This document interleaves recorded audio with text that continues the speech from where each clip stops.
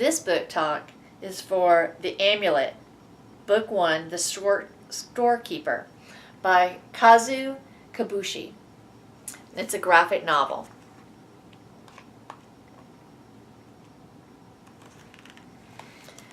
So this graphic novel is about a brother and sister who with their mom go to live with their grandmother once their father dies.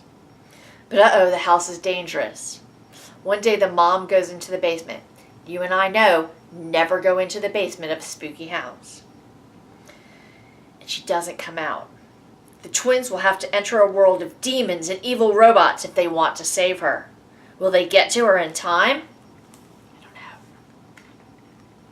So, here again, it's hard to tell us read out loud from graphic novels, but I'll give it a shot. Stay close. Hello? It's the mom. It's probably just the pipes. Or maybe a raccoon. Raccoon? The little boy. Sounds like it's coming from the basement. The mom's going thump, thump, thump down the steps. Creak.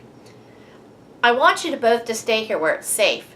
If it's really an animal, I don't want you getting near it. It might bite. I want to go with you. No, you stay here. Look, lock this door if I say so, okay? Mom, do as I say. I'll be back quickly, I promise. I don't think she's going to come back quickly. I think that's where we get to the conflict in the story. We'll have to see. I'm excited.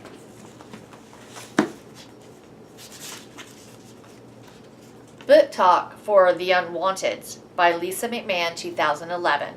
This is the first in a series.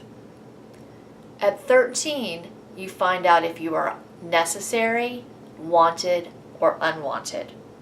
Wanteds go to school. Necessaries run the farms. Unwanteds, well, they're eliminated. Meet our main character Alex and his twin. They are separated when Alex finds out that he's an unwanted. Instead of being killed, however, he learns about a magic world where people are working to save the other unwanteds.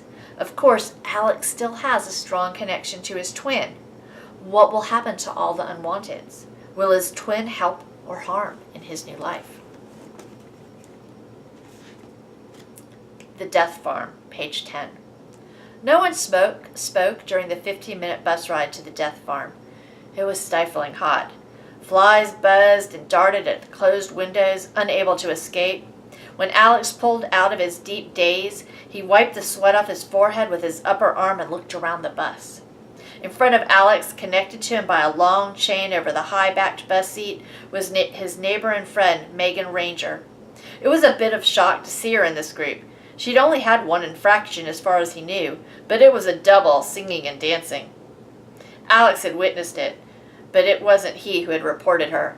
She'd had a pretty voice too, but Alex was not permitted to think about that. Despite the heat, Megan's face was white as the moon. Across the aisle was Samhid Burkesh, who was well known to Alex, but not necessarily well liked by him. Alex was surprised to see him here too, since the boy had privately boasted to Alex and Aaron only last week that he was going to be in the quintillatory of the school. Samhid was obviously fighting tears and glared furiously when Alex's eyes landed on him. "What are you looking at?" Samhid said. But one of the young governors gave Samhid a warning look. Unwanteds were not allowed to speak. Their last words had already been uttered before the purge.